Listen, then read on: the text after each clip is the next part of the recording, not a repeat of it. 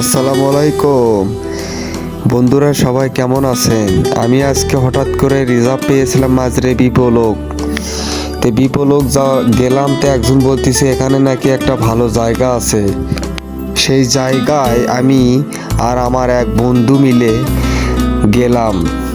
তো যায়ে সিএনজিটা আস্তে আস্তে থামালাম। থামানোর পর দেখতেছি একটা সেনাবাহিনীর লোক ছাতার নিচে বসে আছে।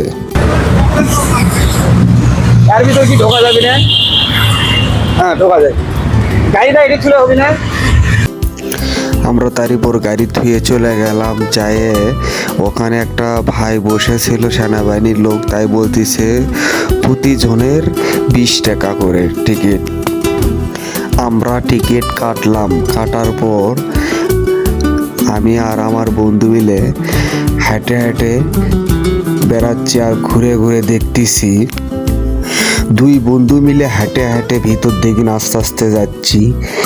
জায়গাটা অনেক ভালোই লাগতেছে, মনে হয় বাইরে কোনো একটা দেশে এসেছি। সুন্দর, অনেক সুন্দর।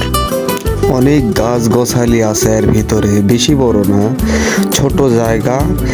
কিছুক্ষণের জন্য আপনারা ঘুরে বেড়াতে পারবেন।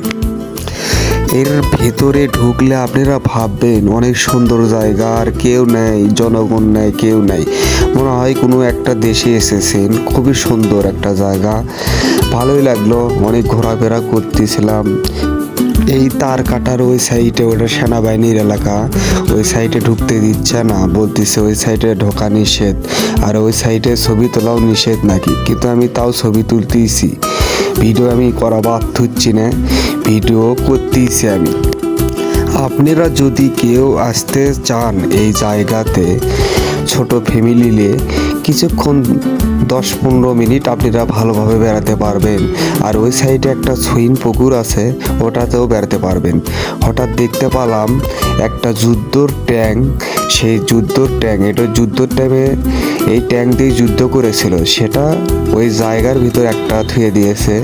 দেখার পর আমি আর আমার বন্ধু মিলে হেঁটে হেঁটে চলে আসতেছি। অনেক ছোট জায়গা, বেশিক্ষণ লাগবে না এই জায়গাটা বেড়াতে, মাত্র 10 থেকে 20 মিনিটের ভিতরে এই জায়গাটা দেখা শেষ হয়ে যাবে। তারপর আমরা আবার চলে আসলাম আস্তে আস্তে বার হয়ে।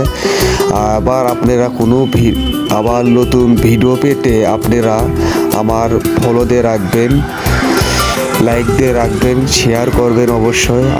আজকে এই পর্যন্তই।